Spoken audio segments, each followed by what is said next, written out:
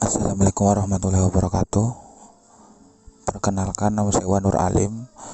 Di sini saya akan mempresentasikan PowerPoint guna sebagai penilaian di ujian tengah semester dengan matkul teknik peramalan dengan dosen pengampu Ibu Titi Haryanti, MSI.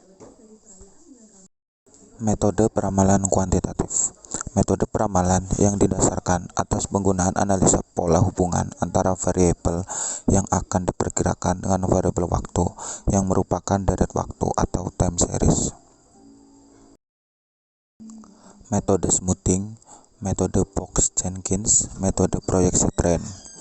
Metode peramalan yang didasarkan atas penggunaan analisis pola hubungan antara variabel yang akan diperkirakan dengan variabel lain yang mempengaruhinya, yang bukan waktu, yang disebut dengan metode korelasi atau sebab akibat. Metode regresi dan korelasi, metode ekonometri, metode input-output. Metode time series, metode smoothing. Metode smoothing digunakan untuk mengurangi ketidakaturan musiman dari data yang lalu dengan membuat rata-rata tertimbang dari sederetan data yang lalu. Keakuratan dari peramalan dengan metode ini sangat baik pada peramalan jangka pendek, sedangkan untuk peramalan jangka panjang, keakuratannya sangat kurang.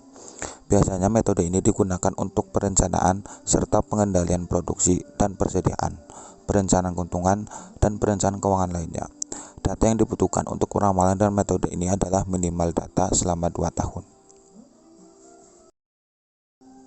Metode time series, metode Box-Jenkins. Metode Box-Jenkins menggunakan dasar deret waktu dengan model matematis agar kesalahan yang terjadi dapat sekecil mungkin.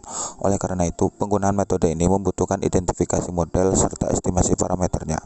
Seperti pada metode smoothing, metode ini juga sangat baik keakuratannya untuk peramalan jangka pendek dan sangat kurang keakuratannya untuk peramalan jangka panjang. Data yang dibutuhkan dengan metode peramalan ini adalah minimal selama 2 tahun dan akan lebih baik lagi jika data yang ada lebih dari 2 tahun. Metode ini digunakan untuk peramalan dalam perencanaan dan pengendalian produksi, persediaan, serta perencanaan anggaran. Metode time series, metode proyeksi tren. Metode proyeksi tren dengan regresi merupakan dasar garis tren untuk suatu persamaan matematis, sehingga dengan dasar persamaan tersebut dapat diproyeksikan suatu hal yang diteliti untuk masa depan. Untuk peramalan jangka pendek maupun peramalan jangka panjang, ketepatan peramalan dengan metode ini sangat baik. Data yang dibutuhkan untuk penggunaan metode peramalan ini adalah data tahunan, dan makin banyak data yang dimiliki akan semakin baik.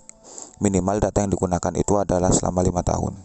Penggunaan metode ini adalah untuk peramalan bagi penyusunan rencana penanaman tanaman baru, perencanaan produk baru, rencana ekspansi, rencana investasi, dan rencana pembangunan suatu negara dan daerah. Metode korelasi, metode regresi. Metode regresi dan korelasi didasarkan pada penetapan suatu persamaan estimasi menggunakan teknik least square. Hubungan yang ada pertama-tama dianalisa secara statistik. Keakuratan metode ini sangat baik untuk peramalan jangka pendek, sedangkan untuk peramalan jangka panjang ternyata keakuratannya kurang begitu baik. Penggunaan metode ini antara lain pada peramalan penjualan, perencanaan keuntungan, peramalan permintaan, dan peramalan keadaan ekonomi.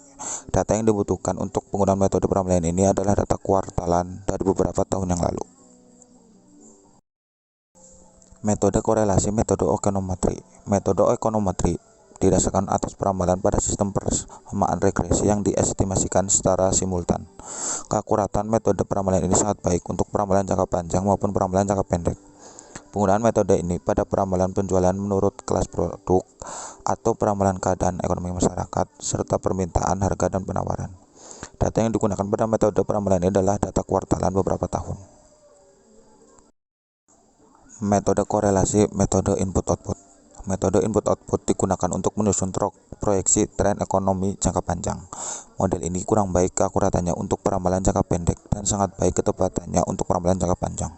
Penggunaan metode ini yaitu pada peramalan penjualan perusahaan, penjualan sektor industri dan subsektor industri, produksi dari sektor dan subsektor industri.